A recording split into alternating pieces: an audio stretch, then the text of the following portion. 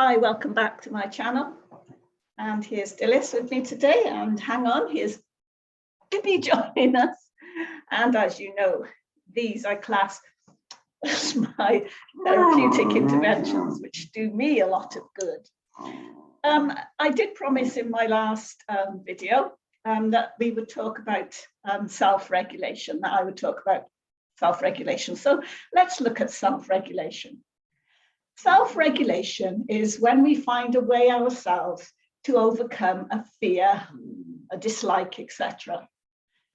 Now, when our offspring are growing up, they'll probably need some co-regulation as a kind of scaffolding so that they learn how to self-regulate.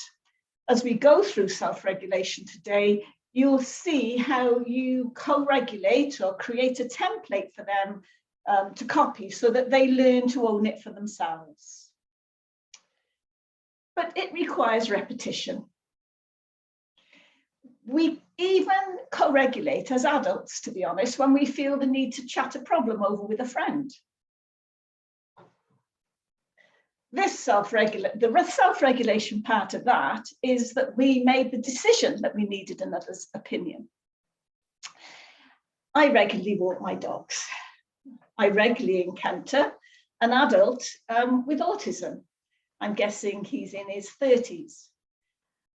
Months ago, if he saw me from 5 meters away, he would turn around and walk in the opposite direction so as not to hear my dogs barking, because they bark at anybody.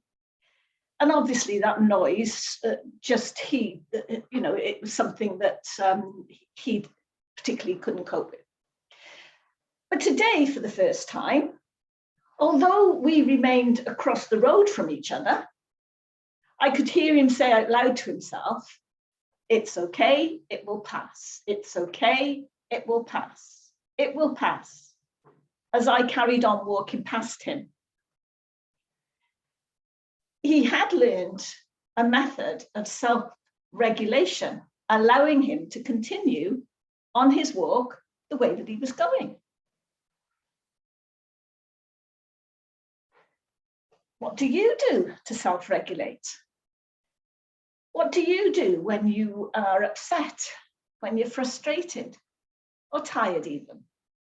Do you exercise? Some adults have found that as long as they have their daily run, their bike ride, their swim, their visit to the gym, then they can tackle most things in the day ahead of them. And self-regulation is about how you can manage things better for yourself rather than relying on someone else to make things better.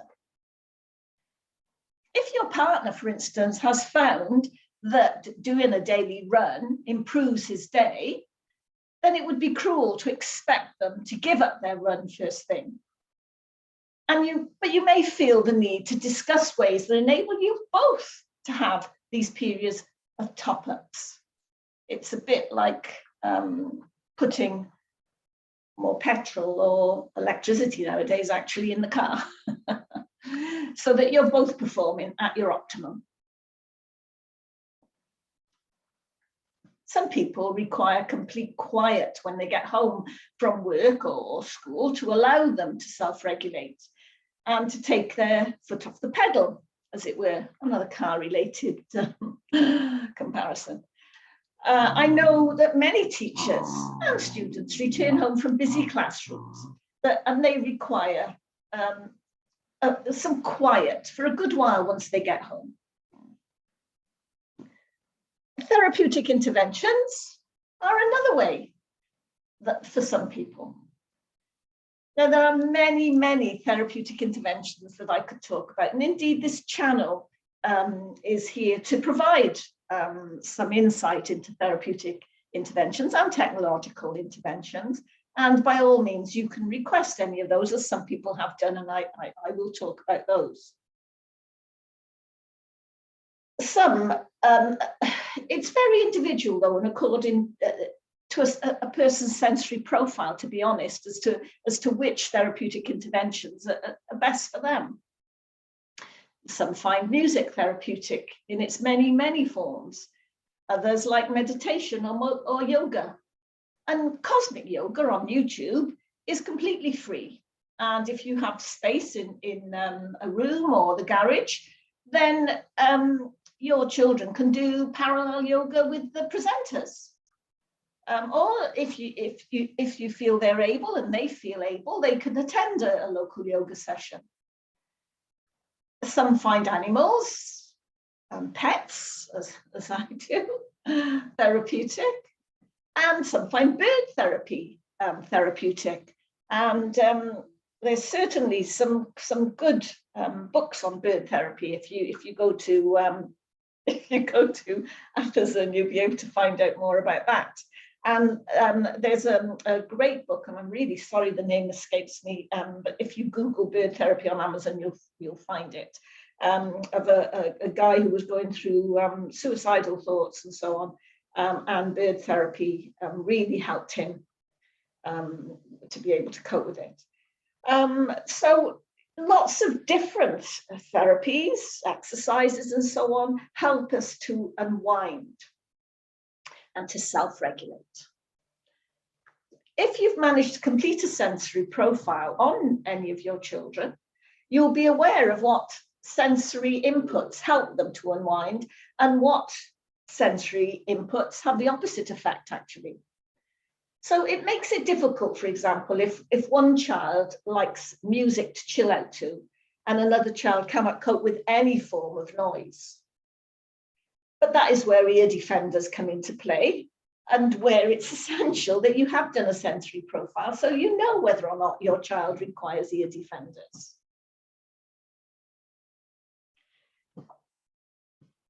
Children with learning difficulties are unable often to process sensory information correctly.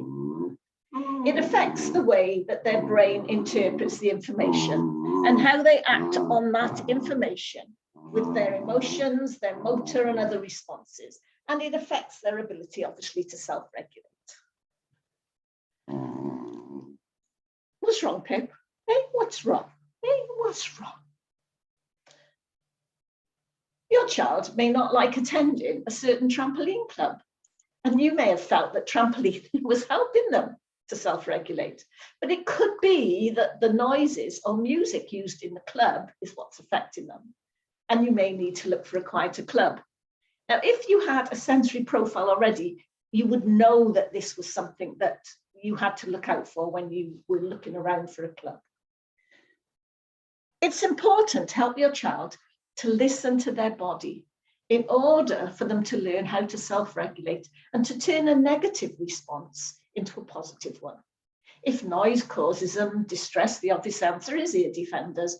But equally, if they require a lot of noise, a lot of background noise that no one else wants to listen to, then it's important to find a way to accomplish that. And if they can wear earplugs, then they can have the music on that only they can listen to. Or if they're not very good with earplugs, and some students aren't, then sometimes attending a music session with a qualified musician in their chosen field, they may want to learn to play the drums or the guitar or whatever. And so it might be useful to find out about that, because not only are you helping them, you may also be teaching them a skill. They may end up being a very good musician. And it's something that they can then use at a later date by themselves once they've learned to play these instruments properly to self-regulate. So it's a win-win. Some people like deep pressure, and there are many weighted blankets available nowadays. I don't need to go into where you can get them. You can just Google it, and there's so many. If this option, if they've demonstrated that this is something they like, then if you can make it available, the person can decide if they want to add it to their sensory profile, or you may want to add it to their sensory profile and their self-regulation strategies. They may need a heavy breakfast, like bagels or something, and a thick milkshake. You may have a nice heavy rucksack that they take back and forth to school. They may want to help school staff with putting out chairs for breakfast club or assembly. You may want them to go into the soft playroom. Well, the staff may have decided that the soft playroom where they get a chance to bounce around and throw balls and that kind of thing is helping them if they've got if they like deep pressure. Your child may also, you may want to encourage them to attend weight training classes if the use of weights is having a positive effect on them. So that's another option. And again, it's another skill that they're learning that they might want to use as they get older as a self-regulation, or it may be something that they may want to go into as a leisure pursuit or career. It's worth encouraging these leisure pursuits that your child is passionate about. And it's a lie to say that students with autism or ADHD are obsessed with certain things. Did anyone say that Da Vinci was obsessed with painting? If they're passionate about something that has a positive effect on them and on others, then it's to be encouraged. It's only an obsession if they find they can't sleep from thinking about it, much as teens do when they fall in love for the first time. And you wouldn't stop them from seeing that person, but you may try to find other things to occupy their minds. Your child may dislike certain smells, but may have a favourite smell that they're able to carry around with them to use to self-regulate. Fidgets can be useful, but they should be used sparingly so that they continue to be effective. And I can do a video on fidgets if you'd like me to. Some students find it difficult to self-regulate when playing a video game. It's important not to just randomly intervene during a game, if possible, but to discuss your rules, your house rules, for game playing before a video game takes place. Obviously, if they're destructive during the game, then it's confiscated for a set time.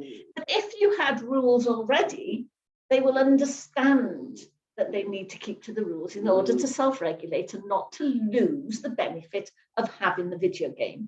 So like I say, it's not just take it off them and that's it. It's have some rules beforehand that suggest that this might be an outcome. Well, as the Christmas season approaches, we should think about self-regulation for special occasions. And those with autism or ADHD even may find social occasions such as birthday parties or Christmas parties quite difficult. And much of that may be to do with sensory processing. But it's worth reminding them of the benefits, such as receiving a present or a party bag with things inside that you know they'll like, so that they manage to have some social involvement. And so, of course, it could be worth sharing with the inviter of the party some of your child's sensory preferences before you accept an invite. Because if they book somewhere where it's very noisy and you know that that's not going to suit your child, then obviously you would take that into consideration. And as well as that, when they're doing goodie bags, if they know that your child has some sensory preferences, then it's nice to know what to put in the goodie bags for them to take home as well. So you're helping everybody. If your child is able to discuss anything like this, then obviously you prefer to have their approval beforehand, before sharing any of these confidential pieces of information, really. I remember one child who found tinsel aggravated their senses. And when people knew about it and got rid of the tinsel, he was able to attend those Christmas functions. And I know of many children who found the once-a-year meeting with a man in red so scary that we in school did a 360-degree film of the local grotto and used it in our virtual reality room so that they could get used to it beforehand, as it was a shame for them to miss out on the visit that included lunch and a gift from Santa. If you don't have virtual reality access, it can sometimes work if you play back a video as many times as your child wants of something that they have been finding difficult. And it may be that by watching it regularly enough, they create a program in their brain of being able to cope with it. So the video would be a positive video that they could watch and see that it was successful. And so you can, as well as that, if you haven't got any of those things able to do, then you can create a script that they can internalize as their own, where you talk about the adventure and going there and it having a happy ending and so on. And so if they manage to internalize that script, then obviously when they go next time, they're going to enjoy it. And, you know, even if you can't video it, you might be able to get a photo of the place or a photo of Santa himself, that now and again you can discuss it. And if you find that it's not working at all, then obviously you're not going to make your child go to something that they find so distressing. So I hope that this talk on self-regulation has helped you today. Please subscribe to my channel and like if you did. And thank you very much for listening. And now we are going to say bye-bye. Bye-bye.